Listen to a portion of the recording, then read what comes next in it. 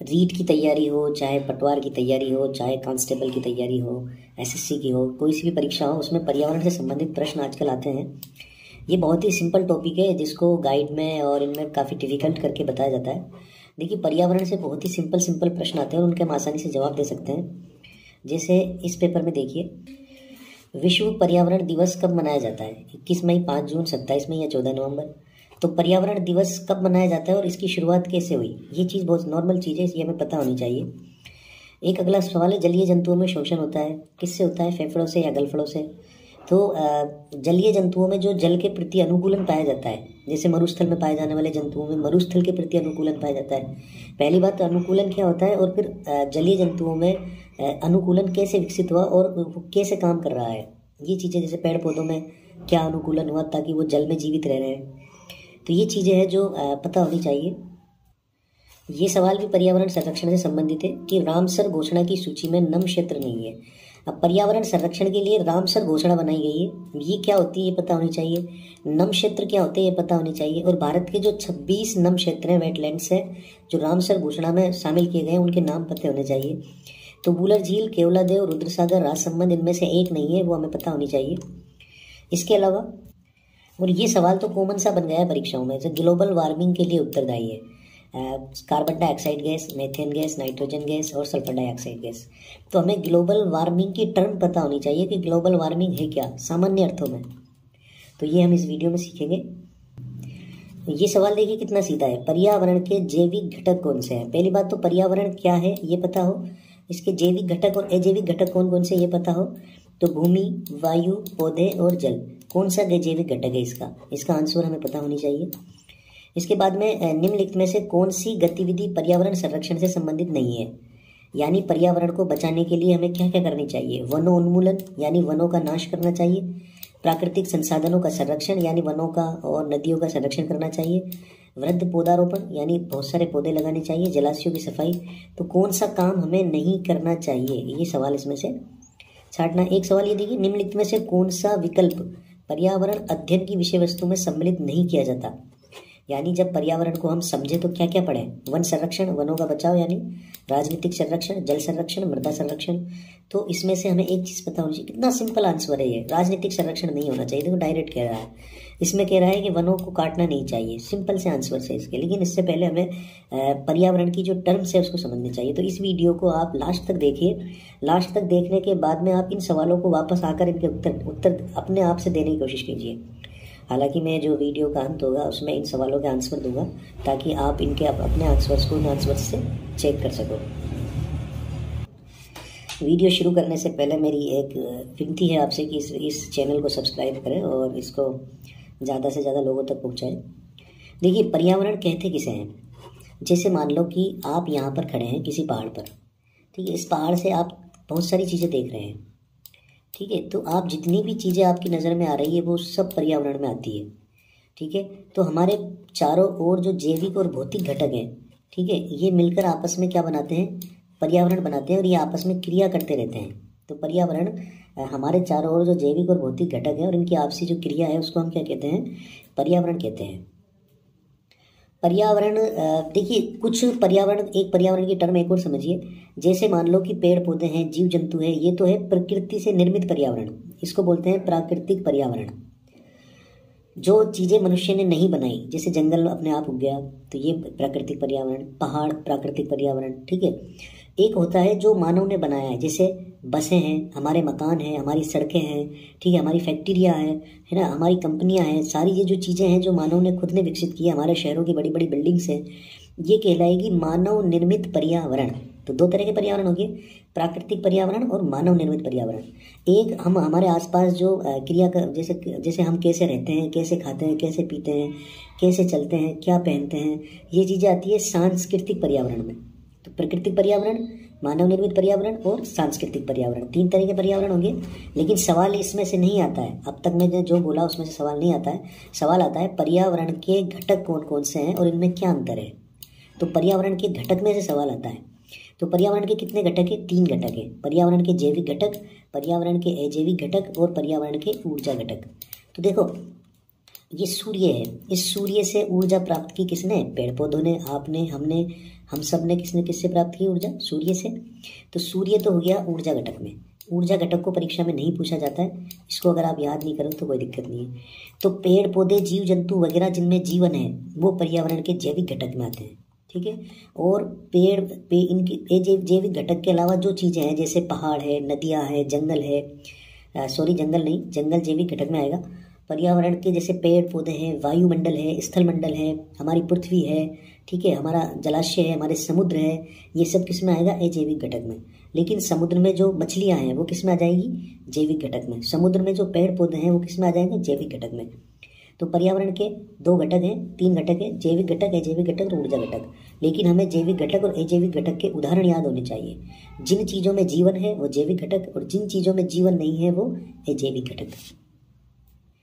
अब इस सवाल का आंसर देखिए कितने आराम से दे सकते हैं। पर्यावरण के जैविक घटक हैं तो भूमि में जीवन नहीं है, वायु में जीवन नहीं है, जल में जीवन नहीं है, पौधों में जीवन है। पौधे प्रकाश संश्लेषण करते हैं, गति नहीं करते लेकिन वृद्धि करते हैं, ये मरते भी हैं। तो पौधों में क्या है? जीवन है, तो ये क्या हो गया? जैविक घटक हो गया। और भूमि, वायु और जल क्या हो गया? अजैविक घटक हो गया। देखिए पर्यावरण के जो घटक वाला जो टॉपिक है उसमें से कुछ सवाल आते हैं परीक्षाओं में। एक तो आता है जैविक और अजैविक घटक के उदाहरण, जो मैंने आपको बता ही दिया। एक आता है परपोषी जीवों के बारे में। परपोषी जीव जैसे मृतजीवी जीव क्या होते हैं? देखिए जो सूक्ष्म जीव होते हैं जो दूसरे जंतुओं के ऊपर निर्भर होते हैं उन्हें मृतजीवी जीव कहते हैं। एक तो होता है परजीवी, मतलब एक तो होता है सुपोषी और एक होता है परपोषी। तो देखिए सुपोषी का मतलब सुपोषी का मतलब है जो अपना भोजन खुद ग्रहण करते हैं। जैसे पेड़ पौधे हैं, पेड़ पौधे, ये सूर्य है, इस सूर्य से पौधे प्रकाश प्राप्त करते हैं, ठीक है। और ये प्रकाश प्राप्त करने के बाद में प्रकाश संश्लेषण की क्रिया से अपना भोजन स्वयं बनाते हैं। अपनी जड़ों के जरिए ये अपना जल खुद ग्रहण करते हैं, ठीक है। तो ये अपना भोजन स्वयं बनाते हैं। तो पेड़ पौधे क्या कहलाते हैं? सुपोषी। क्या कहलाते हैं? सुपोषी।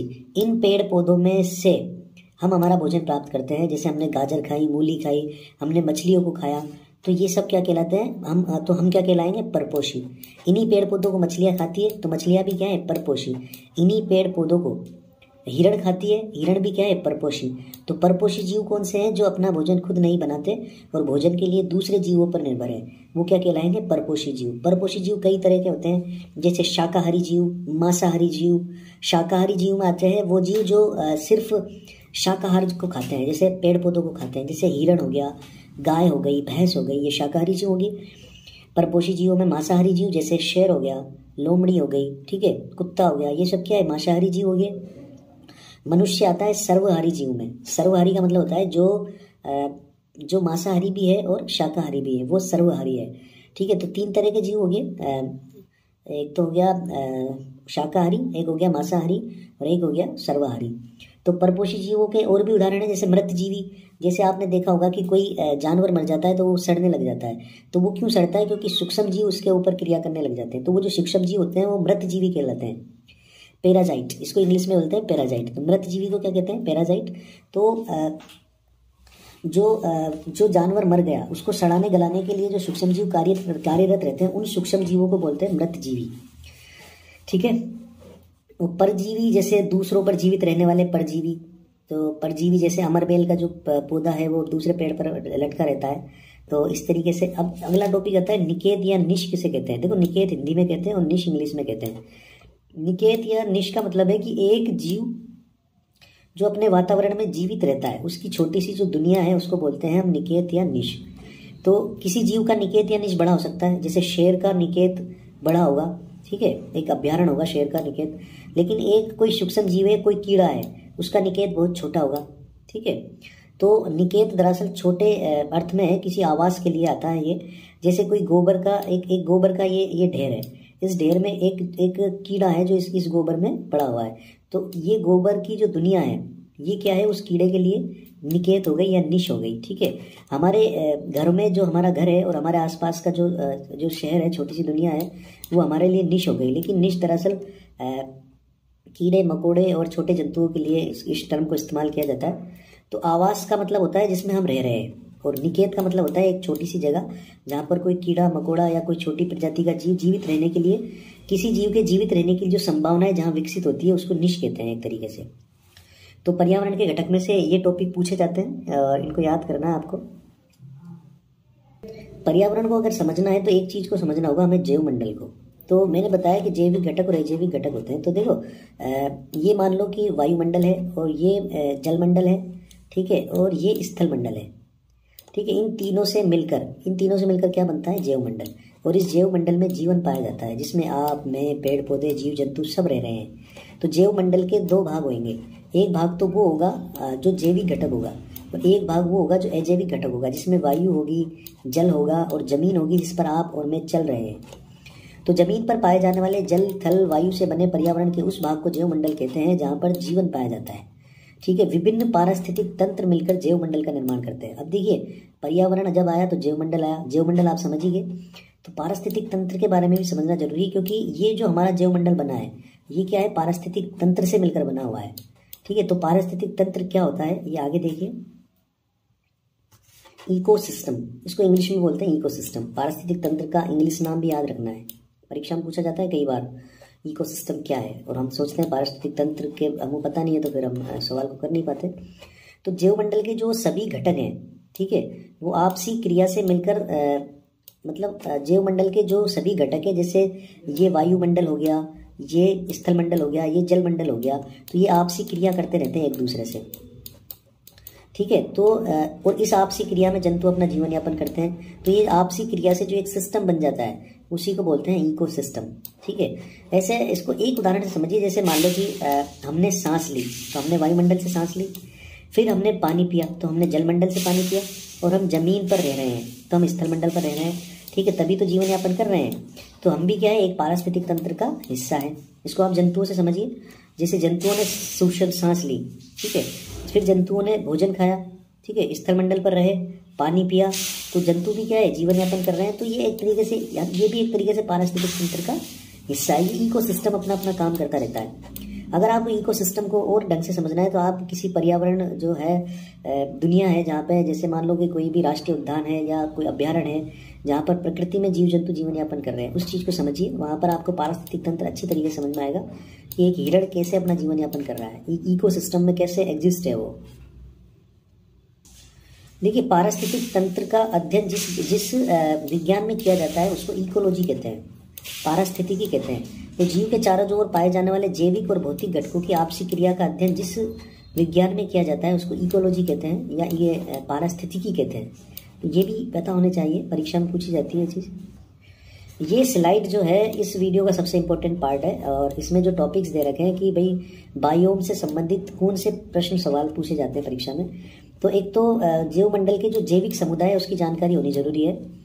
तो जैविक समुदाय क्या होता है, दरअसल जैसे मान लो कि ये एक जंगल है, इस जंगल में पेड़ पौधे हैं, और जैसे हिरण है और गिलहरी है, पक्षियाँ हैं, तो ये सब क्या है, एक जैविक समुदाय का हिस्सा है। इसको हम जैविक समुदाय कहेंगे इन सबको मिलाकर।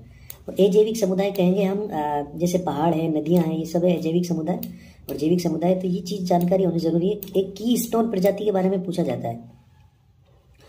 की स्टोन प्रजाति क्या होती है, दरअसल जैसे मान लो कि ये कोई समुद्र है, ठीक है, इस समुद्र में सब जीव जंतु रह रहे हैं, ठीक है। अब इस समुद्र में जो जीव जंतु रह रहे हैं वो इसमें एक मछली है, बड़ी मछली, ठीक है। तो ये बड़ी मछली क्या कर रही है, ये बड़ी मछली जो छोटी मछलियां हैं, ठीक है, उनको खा रही है, और ये छोटी मछली किसको खा रही है, पेड़ पौधों को खा रही है।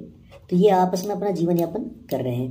अब क्या होता है कि ये बड़ी मछली मर जाती है, ठीक है, ये बड़ी मछली मर जाती है तो इन छोटी मछलियों की तादाद बहुत ज़्यादा हो जाती है और ये पेड़ पौधों को खत्म कर देते हैं। पेड़ पौधों को खत्म करने के बाद ये भी भूख से मर जाते हैं, तो ये इकोसिस्टम खत्म हो जाता है। तो इसका मतलब क्या है कि इस बड़ी मछली का जीवित रहना जरूरी है। तो इस तरह की जो प्रजाति होती है इकोसिस्टम में, जिसके जीवित रहने से पर्यावरण बना रहता है, उसको बोलते हैं की स्टोन प्रजाति। यानी ऐसी प्रजाति जो पर्यावरण के लिए मुख्य भूमिका निभाती है, इकोसिस्टम में मुख्य भूमिका निभाती है, उसको बोलते हैं की स्टोन प्रजाति।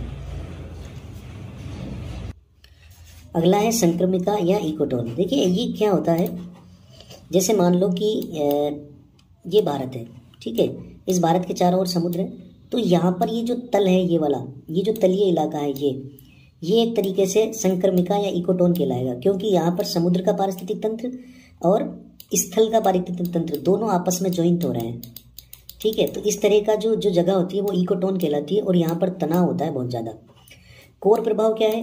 कोर प्रभाव जैसे मान लो ये भारत है, इसके चारों ओर ये समुद्र पाया जाता है, ठीक है। जैसे ये हमारा पश्चिम बंगाल है, ठीक है। इस पश्चिम बंगाल के यहाँ समुद्र है और यहाँ पर क्या है?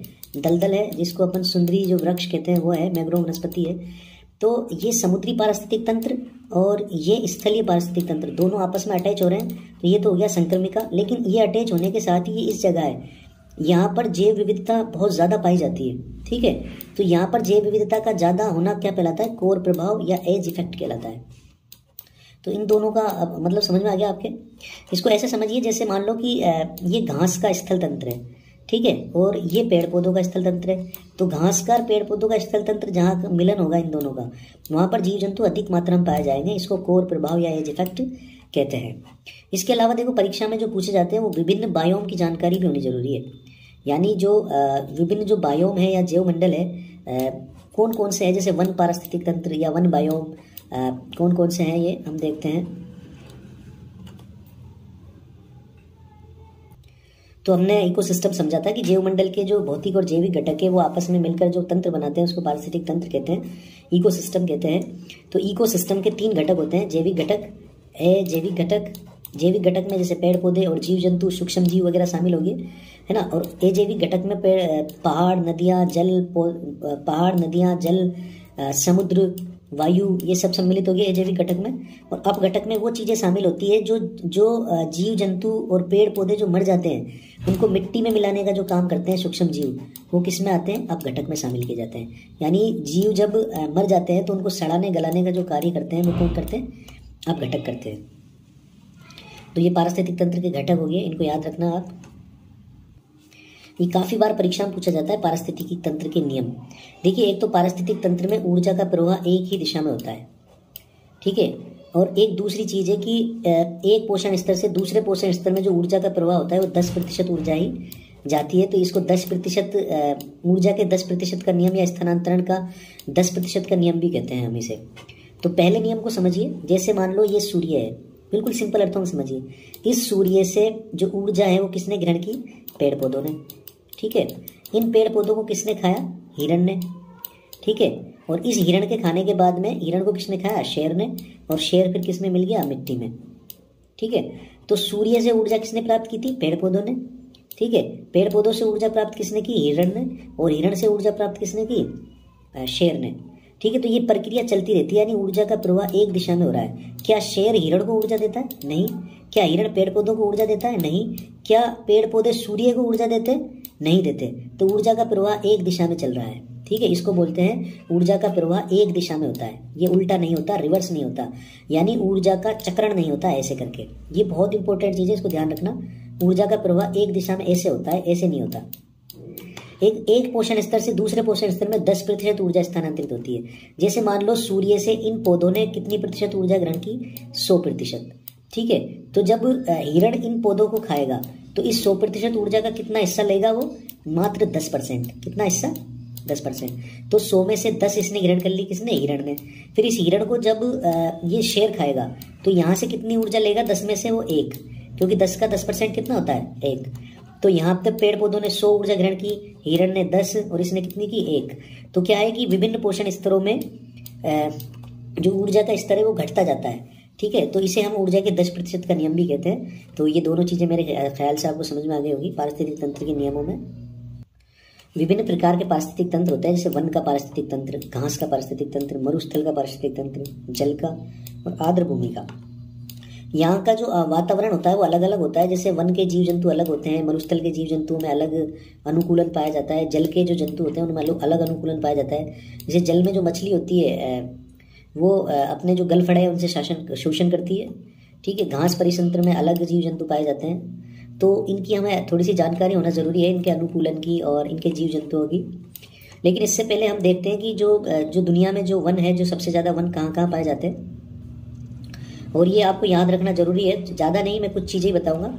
देखो, ये जो यहाँ पे कांगो नदी पाई जाती है, ये ये अफ्रीका है, और अफ्रीका का ये जो इलाका है यहाँ पे कांगो जो है एक नदी है, उसका नाम है ये। तो कांगो एक शहर का भी नाम है। तो ये जो कांगो बेसिन कहलाता है यहाँ पर, ठीक है। यहाँ पे बरसात बहुत ज़्यादा होती है, यहाँ पर घने जंगल पाए जाते हैं, ठीक है। तो ये इलाका है, ये यहाँ तक फैला हुआ है, ये वाला, ये गिनी का तट है ये वाला। इसके अलावा आपने अमेजन के जंगल सुना होगा, अमेजन नदी के बारे में सुना होगा आपने, जो दक्षिण अफ्रीका में बहती है। तो ये अमेजन के जंगल यहाँ पे पाए जाते हैं, बड़े बड़े जंगल्स, ठीक है। इनको ये जो अमेजन के जंगल है ना, इनमें मैं एक बहुत बड़ी बात बता रहा हूँ आपको, इनको दुनिया के फेफड़े कहा जाता है। क्या कहा जाता है? दुनिया के फेफड़े, संसार के फेफड़े कहा जाता है अमेजन के जंगलों को। इसके अलावा हमारा ये जो भारत है, यहाँ का ये जो पश्चिमी घाट है, इस पश्चिमी घाट में भी वर्षा काफ़ी बहुत ज़्यादा होती है और यहाँ पर भी घने जंगल पाए जाते हैं, जैसे नीलगिरी के जंगल हो गए। तो इसके अलावा ये जो इलाका है ये वाला, ये मलेशिया वगैरह है, वियतनाम है और थाईलैंड का दक्षिणी हिस्सा है। तो इस हिस्से में भी वर्षा बहुत ज़्यादा होती है, यहाँ पर भी घने जंगल पाए जाते हैं। और देखो ये जो ऑस्ट्रेलिया का ये जो विक्टोरिया वाला इलाका है, यहाँ पर तो अभी जंगल में आग भी लगी थी, जो काफ़ी अखबारों में थी कि दक्षिणी जो ऑस्ट्रेलिया है, ऑस्ट्रेलिया के हिस्से में यहाँ पर आग लगी थी। तो यहाँ पर भी ऑस्ट्रेलिया में यहाँ वर्षा होती है इस जगह पर, और यहाँ पर घने जंगल पाए जाते हैं। तो ये कुछ फेमस जंगल्स हैं जिनके नाम याद होने चाहिए। तो यहाँ भी दो तरह, ये मेडागास्कर है, ये दक्षिणी अफ्रीका के साइड में पाया जाता है मेडागास्कर, और यहाँ पर भी क्या है कि घने जंगल पाए जाते हैं मेडागास्कर में।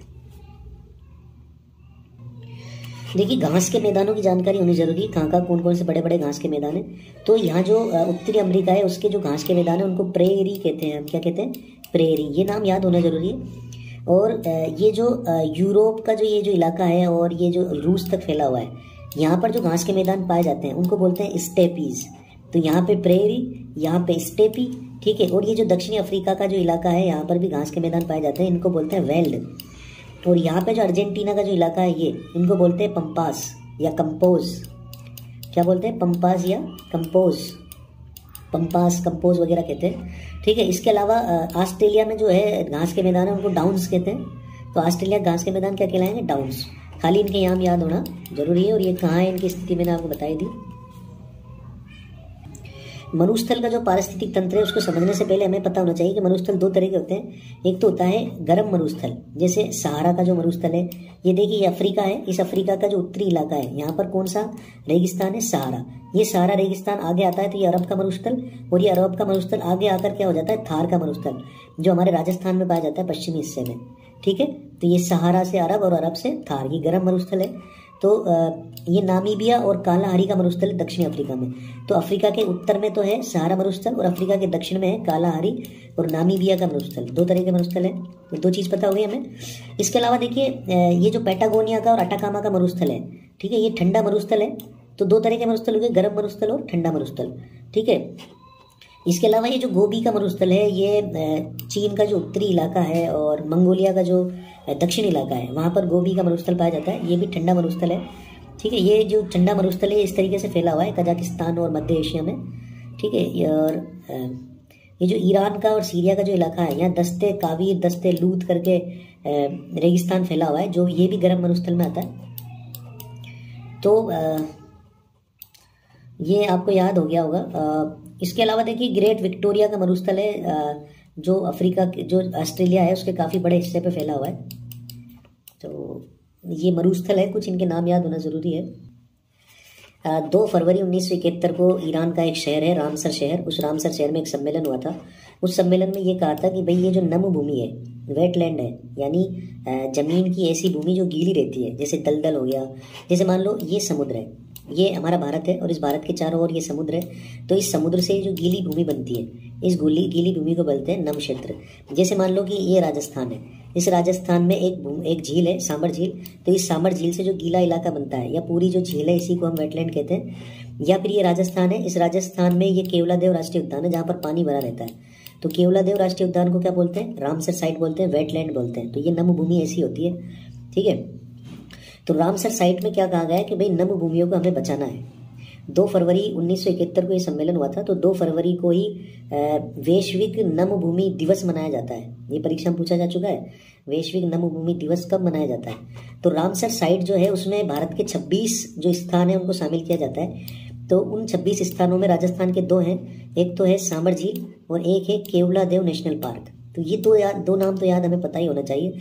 यानी राजस्थान के 2 इलाके हैं जो रामसर साइट में शामिल है, एक तो सांबर झील और एक केवलादेव राष्ट्रीय नेशनल पार्क, ठीक है। अगर इनके अलावा राजस्थान का कोई भी झील या कोई भी नाम आता है तो वो रामसर साइट में शामिल नहीं है। अब इस सवाल का जवाब देखो हम कैसे ढूंढेंगे कि रामसर घोषणा की सूची में कौन शामिल नहीं है। तो हमें पता है राजस्थान का केवल केवलादेव राष्ट्रीय उद्यान और सामर झील शामिल है। इसके अलावा राजस्थान की कोई भी चीज रामसर घोषणा में शामिल नहीं है। तो राजसमंद झील राजस्थान में पाई जाती है, अपने उदयपुर में। तो जो राजसमंद झील है तो ये किस में आती है? ये रामसर घोषणा की सूची में नहीं आती। तो हमारा जवाब क्या होगा? डी। इसके अलावा कुछ फेमस रामसर साइट्स हैं, जैसे चिल्का झील हो गई, ठीक है, और ये कोलेरू लेक हो गई, है ना, और ये लोकटक लेक हो गई जो मणिपुर में पाई जाती है, ये दीपोर बील हो गई जो असम में पाई जाती है, ये त्रिपुरा में पाई जाती है रुद्र सागर झील, तो है ना। तो ये काफ़ी इंपॉर्टेंट लेक्स है और रामसर साइट्स हैं जो हमें याद होनी जरूरी है, ठीक है। तो ये नल सरोवर हो गया बर्ड सेंचुरी गुजरात का। तो इसके बाद में ये जो रोपड़ झील हो गई जो मनुष्य ने खुद ने बनाई है, ठीक है। ये वूलर लेक हो गई कश्मीर की, है ना। कश्मीर की डल झील रामसर साइट में शामिल नहीं है, लेकिन वूलर झील रामसर साइट में शामिल है। तो ये रामसर साइट्स के नाम है जो याद होने जरूरी है। ये इस वीडियो का सबसे इंपॉर्टेंट पार्ट है कि पारिस्थितिक तंत्र में जो टॉपिक है उसमें से कौन से प्रश्न पूछे जाते हैं, या पर्यावरण में से कौन से टॉपिक्स हैं जो पूछे जाते हैं परीक्षा में। तो सबसे पहला तो सवाल ये है कि पारिस्थितिक तंत्र का शब्द का सबसे पहले प्रयोग किसने किया था? A.G. टेंसले ने। कब किया था? 1935 में। तो ये कभी कभी परीक्षा में पूछ लेते हैं। एक पूछते हैं प्रवाल भित्ति और ग्रेट बैरियर रीफ के बारे में। तो ग्रेट बैरियर रीफ देखिए ये ऑस्ट्रेलिया है, ठीक है। इस ऑस्ट्रेलिया के यहाँ समुद्र पाया जाता है, ठीक है। तो इस समुद्र के यहाँ पर एक ऐसे करके बहुत बड़ी चट्टान सी बन गई है प्रवाल भित्ति से। इस चट्टान को बोलते हैं ग्रेट बैरियर रीफ, ठीक है। ये किससे बनी है? प्रवाल से बनी है। हमारा लक्षद्वीप किससे बना है? प्रवाल से। तो प्रवाल क्या होते हैं? प्रवाल देखो एक तरीके का समुद्री जीव होता है। तो ये क्या करता है, जैसे मान लो ये पूरा समुद्र है, इस समुद्र के यहाँ पर समुद्री जीव पाए जाते हैं, मान लो ये प्रवाल पाए जाते हैं। तो ये प्रवाल धीरे धीरे वृद्धि करके ये क्या है, एक ऊंची दीवार बना लेते हैं, ठीक है। ये क्या होता है कि जैसे ये प्रवाल है, ये मर गया, इसके ऊपर काफ़ी प्रवाल आ गए, फिर इसके ऊपर काफ़ी प्रवाल आ गए, फिर ये भी मर गए तो इनके ऊपर दूसरे प्रवाल आ गए, फिर ये मर गए तो इनके ऊपर और प्रवाल आ गए। ऐसे करके ये समुद्र से भी ऊंचे हो जाते हैं। जैसे हमारा लक्षद्वीप क्या है? एक प्रवाल द्वीप का उदाहरण है। प्रवाल को आपने एक मूवी है जिंदगी ना मिलेगी दोबारा, तो उसमें जो कैटरीना कैफ है वो ऋतिक रोशन के साथ समुद्र में डाई करती है, कूदती है। तो उसके बाद में वो जो नज़ारे देखते हैं वो दरअसल प्रवाल भित्ति के ही अंग हैं। ये इस तरीके का समुद्र में जीव जंतु पाए जाते हैं जिनको प्रवाल कहते हैं। जैसे ये प्रवाल का एक हिस्सा है।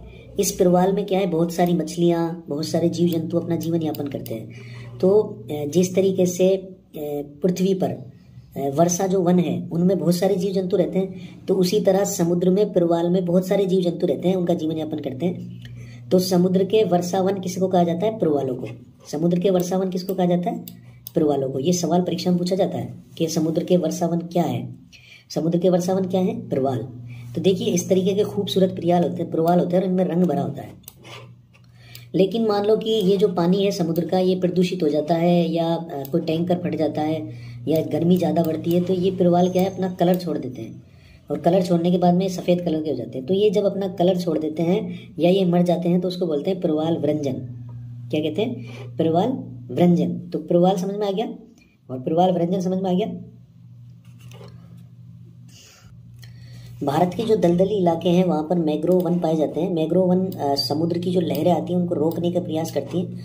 जैसे सुनामी है, बाढ़ है, उनसे बचाव करती हैं। जैसे मान लो ये भारत है, ठीक है। इस भारत में यहाँ पर हम समुद्र है, तो इस समुद्र की लहरें जो आती है उनको रोकने का काम करते हैं मैंग्रोव वन।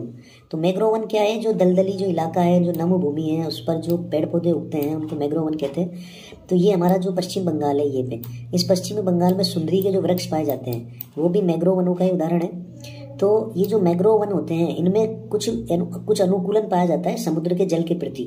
जैसे ये लवणता को सह सकते हैं, ठीक है। इसके अलावा मैंग्रोव वनस्पति जो है पानी में तैर सकती है। और जो मैंग्रोव वनस्पति के अंदर जो जीव जंतु पाए जाते हैं जैसे हिरण है, शेर है, बंगाल टाइगर है, तो ये सब क्या है, पानी में तैर सकते हैं। तो ये मैंग्रोव वनस्पति जो है, मैंग्रोव जीव जंतु है, उनके अनुकूलन है जो हमें याद होना जरूरी है। एक जो सबसे ज़्यादा जो मैंग्रोव वन पाए जाते हैं वो कहाँ पाए जाते हैं? पश्चिम बंगाल में पाए जाते हैं। उसके बाद यहाँ का जो गुजरात का जो इलाका है यहाँ पर भी पाए जाते हैं। तो ये चीज़ हमें याद होना ज़रूरी है। अब आता है पारिस्थितिक तंत्र के जैविक घटक, ठीक है। तो पारिस्थितिक तंत्र के जो जैविक घटक है उनमें उत्पादक, उपभोक्ता और अपघटक कौन से हैं ये जानकारी हमें होना जरूरी है। तो पारिस्थितिक तंत्र में उत्पादक वो हैं जो अपना भोजन खुद बनाते हैं, उपभोक्ता वो हैं जो भोजन अपना खुद बनाते हैं, जो सुपोषीय जैसे पौधे उनको खाते हैं, और उपभोक्ताओं का जो अपघटन करते हैं, जैसे सड़े गले जीव जंतुओं को जो अपघटन करते हैं उनको बोलते हैं अपघटक। तो उत्पादक, उपभोक्ता और अपघटक मिलकर क्या बनाते हैं, खाद्य श्रृंखला और खाद्य जाल। तो खाद्य श्रृंखला और खाद्य जाल की जानकारी होना जरूरी है। देखिए सिंपल सी एक खाद्य श्रृंखला है, जैसे ये सूर्य है, इस सूर्य से इन पेड़ पौधों ने अपना खाना बनाया, तो ये क्या कहलाएंगे, उत्पादक। क्या कहलाएंगे, उत्पादक, जिन्होंने अपना भोजन खुद बनाया। इस पेड़ पौधों को किसने खाया, इसने खाया खरगोश ने, तो ये खरगोश क्या कहलाएगा, प्राथमिक उपभोक्ता। जो इन पेड़ पौधों को खा रहा है वो क्या कहलाएगा, प्राथमिक उपभोक्ता। इसमें हिरण भी आ सकते हैं, इसमें बकरियां भी आ सकती है, ठीक है। तो जो चीजें पेड़ पौधों को डायरेक्टली खा रही है, ठीक है, वो क्या कहलाएंगे, प्राथमिक उपभोक्ता।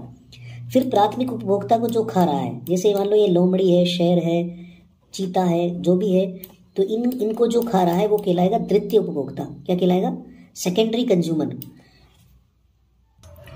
अब ये द्वितीय उपभोक्ता कभी ना कभी तो मरता ही है, या इसको मनुष्य भी खा सकता है, मनुष्य भी द्वितीय उपभोक्ता में आ गया। तो मनुष्य या ये जो जीव जंतु है, शेर वगैरह, ये मर जाते हैं, मरने के बाद में जो इनका सड़न गलन का जो कार्य करते हैं सूक्ष्म जीव, वो कहलाते हैं अपघटक। तो उत्पादक, प्राथमिक उपभोक्ता, द्वितीय उपभोक्ता या सर्वोच्च उपभोक्ता, और इनको खत्म करने वाले अपघटक। ये तीन चीजें समझ में आ गई। ये खाद्य श्रृंखला का एक सामान्य सा जाल है। देखिए खाद्य जाल जो है उसमें विभिन्न प्रकार की खाद्य श्रृंखलाएं जुड़ी हुई होती है आपस में। जैसे ये पेड़ पौधे हैं, ठीक है, जैसे ये गेहूं है और ये गाजर है, ठीक है। मान लो इसको किसने खाया, खरगोश ने। इस खरगोश को क्या बोलते हैं हम, प्राथमिक उपभोक्ता। इस खरगोश को किसने खाया, लोमड़ी ने, तो इस लोमड़ी को बोलते हैं हम द्वितीय उपभोक्ता, ठीक है। इस जो घास है इसको कौन खाएगा, खरगोश। या इस घास को कौन खाएगा, चूहा। इस चूहे को किसने खा लिया, उल्लू ने, ठीक है। और इस जो गेहूं है इसको किसने खाया, कीड़े मकोड़ों ने। इस कीड़े मकोड़ों को किसने खाया, पक्षी ने। और इस पक्षी को किसने खाया, लोमड़ी ने। तो यहाँ पर देखिए ये जो खाद्य श्रृंखला बन रही है ये वाली, ठीक है। तो इस खाद्य श्रृंखला में ये जो है ये तो हो गया उत्पादक, ठीक है। इस कीड़े ने खाया तो ये हो गया प्राथमिक उपभोक्ता, ठीक है। इस कीड़े को इस पक्षी ने खाया तो ये हो गया द्वितीय उपभोक्ता। इस द्वितीय उपभोक्ता को किसने खाया, लोमड़ी ने, तो ये लोमड़ी क्या हो गई, सर्वोच्च उपभोक्ता या तीसरा उपभोक्ता, ठीक है। और इसके बाद में ये जब लोमड़ी मर जाएगी तो इसको किसमें मिला दिया जाएगा, मिट्टी में। तो इसको मिट्टी में मिलाने का जो काम करेंगे वो कहलाएंगे अपघटक। तो इस तरीके से जो खाद्य जाल है वो एक दूसरे से ऐसे कनेक्टेड होता है आपस में, ठीक है। तो ये भी जरूरी नहीं है कि ये जो पेड़ है इसको कीड़े खाए और कीड़े को फिर पक्षी खाए, ऐसे चलती रहे। ये जो पेड़ है इसको डायरेक्ट पक्षी भी खा सकता है और इस पक्षी को फिर ये लोमड़ी भी खा सकती है। तो ये श्रृंखला ऐसे भी चल सकती है, ऐसे भी चल सकती है। तो जब ये कैसे भी चले, ये सब मिलके क्या बनाते हैं, खाद्य जाल बनाते हैं। पारिस्थितिक तंत्र में से अगला टॉपिक जो परीक्षा में पूछा जाता है वो है जैव संचय। तो जैव संचय क्या होता है,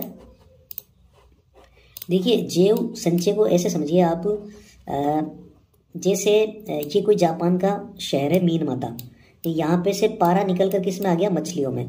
तो ये जो पारा है जो यहाँ से निकल कर इसमें आया मछलियों में, तो ये पारा जैसे मान लो ये मछली है, ठीक है। तो इस मछली के जो ऊतक है यहाँ पे, यह पारा इकट्ठा हो गया। तो जब भी कोई रासायनिक तत्व ऐसे निकलकर जब जीवों में जब संचित हो जाता है, इकट्ठा हो जाता है, तो उसको बोलते हैं जैव संचय। संचय का मतलब होता है इकट्ठा होना, जैव का मतलब होता है जीवों में इकट्ठा होना। तो इस मछली में ये जो पारा है ये इकट्ठा हो गया, इसको बोलते हैं जैव संचय। जैव आवर्धन क्या है, देखिए ये जो मछली है इसको मनुष्य खाता है, तो मनुष्य खाने के बाद में ये मनुष्य है, इस मनुष्य के जो ऊतक हैं उनमें जाकर ये पारा जमा हो जाता है। तो इस पारे के जमा होने को क्या बोलते हैं, जैव आवर्धन। यानी कोई रासायनिक तत्व ऐसे करके जीव जंतुओं में आता है और जीव जंतुओं के बाद में किसी बड़े उपभोक्ता में वो जमा होता रहता है, तो उसको बोलते हैं जैव आवर्धन। जैव संचय की प्रक्रिया के साथ ही जैव आवर्धन की प्रक्रिया शुरू होती है। तो जैव आवर्धन के लिए वो तत्व आवश्यक है जिनका अपघटन होना मुश्किल है, जैसे पारा हो गया, लोहा हो गया, नाइट्रेट हो गया, ठीक है, और सीसा हो गया। तो इनसे जो बीमारियां भी होती है फिर मनुष्य मर जाता है, जैसे पारे से मीनमाता बीमारी होती है। अब हमें याद करना है पारिस्थितिक पिरामिड और अनुकूलन और अनुक्रमण। तो अनुकूलन तो क्या होता है कि जो जंतु जहाँ पाए जाते हैं जिस वातावरण में, तो उस वातावरण के प्रति उनमें क्या पाया जाता है, अनुकूलन पाया जाता है। यानी उस वातावरण में रहने की उनमें क्षमता पाई जाती है, जिसको हम अनुकूलन कहते हैं। जैसे ये जो जैसे मान लो ये पृथ्वी है, इस पृथ्वी का जो नॉर्थ इलाका है वहाँ पर बर्फ जमी हुई है, तो वहाँ पर भी रेंडियर और याक वगैरह जंतु पाए जाते हैं। तो उनमें क्या है कि भालू में, रेंडियर और याक में उस बर्फ को सहने की शक्ति पाई जाती है। तो वो जो सहने की उनमें जो शक्ति पाई जाती है उसको अनुकूलन कहते हैं। जबकि अनुक्रमण अलग चीज़ है। अनुक्रमण को देखिए क्या है, जैसे मान लो ये कोई ज़मीन का टुकड़ा है, ये कोई ज़मीन का टुकड़ा है, इस ज़मीन के टुकड़े पर कुछ भी नहीं है, फिर धीरे धीरे यहाँ पर क्या है, छोटे छोटे पेड़ उगेंगे, फिर बड़े बड़े पेड़ उगेंगे, फिर इन पेड़ को खाने के लिए क्या आएंगे, पक्षी आएंगे, जीव जंतु आएंगे, फिर इन जीव जंतुओं को खाने के लिए कौन आएगा, मनुष्य आएगा, मनुष्य अपना घर बनाएगा, जीव जंतु अपना घर बनाएंगे। तो इस तरीके से जो धीरे धीरे एक ज़मीन के टुकड़े पर बसने की जो प्रक्रिया शुरू होती है उसको बोलते हैं अनुक्रमण। तो अनुक्रमण और अनुकूलन में अंतर समझ में आ गया। अनुक्रमण में तो एक जगह पर बसने की प्रक्रिया शुरू होती है, और अनुकूलन में किसी विशेष पर्यावरण में जब जीव जंतुओं में जीवित रहने की जो क्षमता विकसित होती है उसको हम अनुकूलन कहते हैं। जैसे ऊँट है, ऊँट बर्फ में नहीं जीवित रह सकता, ऊँट रेगिस्तान में जीवित रह सकता है। क्यों? क्योंकि ऊँट में कुबड़ पाया जाता है, गद्देदार पाँव पाए जाते हैं। ठीक है, कुबड़ से जो है पानी, जब पानी की कमी होती है तो कुबड़ से पानी की कमी की आपूर्ति करता है ऊँट। तो ऊँट में मरुस्थल में पाए जाने की जो क्षमताएं पाई जाती हैं उनको हम अनुकूलन कहते हैं। देखिए पिरामिड जो है वो 3 तरीके से बनाए जा सकते हैं। एक तो है ऊर्जा का पिरामिड, दूसरा है संख्या का पिरामिड, और तीसरा है जैव भार का पिरामिड। तो ऊर्जा का पिरामिड देखिए, सबसे ज़्यादा ऊर्जा इकट्ठी होती है पेड़ पौधों में। ठीक है, उनको हम प्राथमिक उपभोक्ता, उन्हें हम उत्पादक कहते हैं। तो उसके बाद में जो एनर्जी है वो किस में आ जाती है, प्राथमिक उपभोक्ता में। जैसे हिरण है, खरगोश है, ठीक है, चूहे हैं, तो इनमें फिर ऊर्जा आ जाती है। तो अगर यहाँ 10,000 ऊर्जा है तो इसका 10% ही आता है प्राथमिक उपभोक्ता में, यानी 1,000 के आसपास। फिर जब सेकेंडरी उपभोक्ता जैसे कोई लोमड़ी या कोई चूहा जिस कीड़े मकोड़ों को खाता है तो वो सेकेंडरी उपभोक्ता में आता है, वहाँ पर 100 कैलोरी ऊर्जा आती है। फिर उसके बाद में उसको जो टर्शियरी जो सर्वोच्च उपभोक्ता है, जैसे शेर हो गया, बाज हो गया, नेवला हो गया, तो ये जो है जब उसको खाते हैं तो ऊर्जा जो है ऊपर के इलाके में कम होती जाती है। सबसे ज़्यादा ऊर्जा यहाँ होती है और सबसे कम ऊर्जा ऊपर पहुँचती है। तो सबसे जो कम ऊर्जा ऊपर पहुँचती है तो ये ऊर्जा का पिरामिड होता है, और ये ऊर्जा का पिरामिड हमेशा सीधा होता है। मैं फिर कह रहा हूँ, ऊर्जा का पिरामिड हमेशा सीधा होता है। तो ये ऊर्जा के 10% का नियम भी और फॉलो हो रहा है। देखो 10,000 का 10% कितना है, 1,000। 1,000 का 10% कितना है, 100। और 100 का 10% कितना है, 10। तो यहाँ से ऐसे ऊर्जा गमन कर रही है। तो ये ऊर्जा का पिरामिड हो गया। जैव भार का पिरामिड का मतलब होता है कि जीवों में जो भार है उसके अनुसार पिरामिड कैसा होता है। तो ये उल्टा भी हो सकता है, ऐसे ये उल्टा, और ये सीधा भी हो सकता है। सीधा जब बनेगा जब हम पेड़ पौधों के आधार पर इसको बनाएंगे। जैसे मान लो पेड़ों में बहुत ज़्यादा वजन होता है, ठीक है, फिर उसको जो खरगोश खा रहे हैं उनमें कम वजन होता है। फिर उस खरगोश को जो लोमड़ी खा रही है उसमें और भी कम वजन होता है। फिर उस लोमड़ी को जो शेर खा रहा है उसमें कम वजन होता है। तो वजन के आधार पर भी क्या है, ये पिरामिड सीधा हो सकता है, लेकिन वजन के आधार पर ये उल्टा भी हो सकता है। जैसे समुद्र में जो जंतु पाए जा रहे हैं, जो पेड़ पौधे पाए जा रहे हैं छोटे छोटे, उनमें वजन कम होता है। फिर उनको जो मछलियाँ खा रही है उनमें वजन ज़्यादा होता है। फिर उन मछलियों को जो बड़ी बड़ी मछलियाँ खा रही है, व्हेल सबसे ज़्यादा वजनी होती है, 5-5, 10-10 हज़ार किलोग्राम की होती है ये। तो इनमें क्या है, वजन सबसे ज़्यादा होता जा रहा है। तो वजन के हिसाब से जब हम इसको बनाएंगे जैव भार के हिसाब से, तो ये उल्टा भी हो सकता है और ये सीधा भी हो सकता है। ये संख्या का पिरामिड है, ये उल्टा पिरामिड है संख्या का। देखिए तो ये एक पेड़ है, इस पेड़ पर बहुत सारे जो पक्षी हैं वो जीवित हैं। फिर इन पक्षियों पर बहुत सारे कीड़े मकोड़े हैं वो जीवित हैं, ठीक है। तो ये फिर अपघटक है, सूक्ष्म जीव। तो पेड़ की संख्या तो है 1 और पक्षियों की संख्या है 10। फिर और ज़्यादा जो इनके ऊपर जो जीव जंतु निर्भर है, पैरासाइट जो कीड़े मकोड़े, उनकी संख्या है 100। सूक्ष्म जीवों की संख्या है 1000। तो संख्या के आधार पर जो पिरामिड बनता है वो कैसा बनता है, सीधा, वो उल्टा बनता है, सॉरी। ये ऐसे भी बन सकता है, उल्टा भी, इस तरीके से। तो देखिए जो संख्या का जो पिरामिड बनता है, तो इसमें क्या है, आपको ज़्यादा दिमाग लगाने की इसमें आवश्यकता नहीं है। संख्या के आधार पर जब पिरामिड बनेगा, तो जैसे आप एक पेड़ का पिरामिड बना रहे हो, तो एक पेड़ का पिरामिड क्या है, उल्टा बनेगा ऐसा, ठीक है। लेकिन अगर संख्या का पिरामिड आप समुद्र का बना रहे हो, तो समुद्र का पिरामिड आपको क्या है, समुद्र में बहुत सारे क्या है, पेड़ पौधे हैं छोटे छोटे, फिर मछलियों की संख्या कम है, फिर बड़ी मछलियों की संख्या कम है। तो संख्या के आधार पर जो समुद्र का पिरामिड बनेगा वो आपका सीधा भी बन सकता है। तो जैसे घास है, घास का जो पिरामिड है वो आपका सीधा भी बन सकता है, जैसे घास की संख्या बहुत ज़्यादा है, फिर घास पर जो जीव जंतु हैं उनकी संख्या कम है, फिर लोमड़ी की संख्या कम है।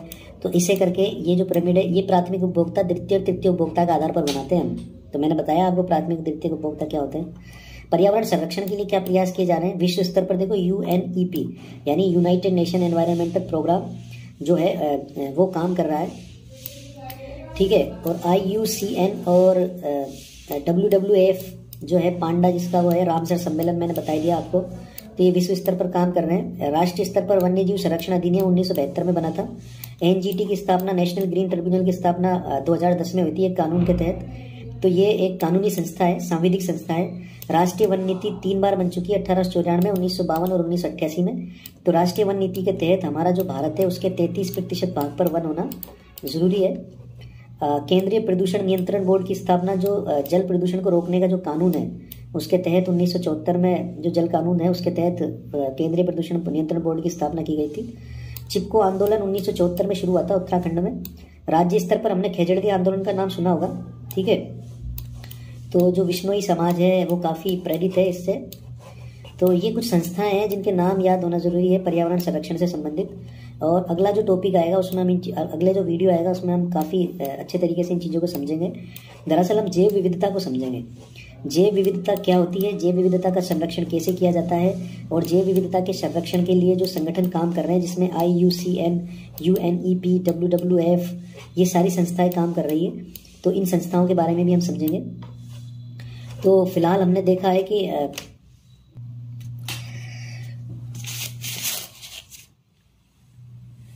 देखिए विश्व पर्यावरण दिवस 5 जून को मनाया जाता है। यूनाइटेड नेशन का एक कार्यक्रम हुआ था 1972 में 5 जून को, तो उसके उपलक्ष्य में इसको मनाया जाता है 5 जून को। तो इसका आंसर है C। जंतुओं में, जलीय जंतुओं में शोषण गलफड़ों के द्वारा होता है, इसका आंसर है 132 का। ग्लोबल वार्मिंग का जब भी नाम आए तो हमारे ध्यान में कार्बन डाइऑक्साइड गैस आनी चाहिए। ग्लोबल वार्मिंग दरअसल ये कि ये मान लो पृथ्वी है, तो ये सूर्य से किरणें आती है और इस पृथ्वी को गर्म करती है। फिर बाद में जैसे ही रात होती है तो ये किरणें, जो पृथ्वी जो गर्म होती है, ये गर्म पृथ्वी एक पिंड की तरह इन किरणों को बाहर निकालती है और ये पूरी ठंडी हो जाती है। तो फिर ठंडी होने के बाद दोबारा से सूर्य निकलता है दूसरे दिन, तो फिर सूर्य किरणें आती है, इसको गर्म करती है और फिर रात में ये वापस निकलती है। तो ये एक साइकिल सा चलता रहता है। तो कार्बन डाइऑक्साइड, मीथेन और सल्फर डाइऑक्साइड ये सारी गैसें मिलकर क्या करती है, ये मिलकर ये जो किरण ऊपर आसमान में जा रही है इनको रोकती है। तो रोकने के बाद में ये जो वातावरण है पृथ्वी का ये गर्म होने लगता है। तो पृथ्वी के वातावरण के गर्म होने से पृथ्वी भी गर्म होती है। तो पृथ्वी का गर्म होना क्या कहलाता है, ग्लोबल वार्मिंग। इसके लिए सबसे ज़्यादा जो उत्तरदायी गैस है वो कार्बन डाइऑक्साइड गैस है। मेथेन गैस भी इसके लिए उत्तरदायी है, लेकिन अगर मेथेन और कार्बन डाइऑक्साइड दोनों एक साथ दे रखी है तो उत्तर हमारा कार्बन डाइऑक्साइड होगा। पर्यावरण संरक्षण से संबंधित गतिविधि, पर्यावरण संरक्षण से संबंधित नहीं। वन उन्मूलन, वनों का नाश करना शामिल नहीं है। राजनीतिक संरक्षण इसका आंसर है 135 का।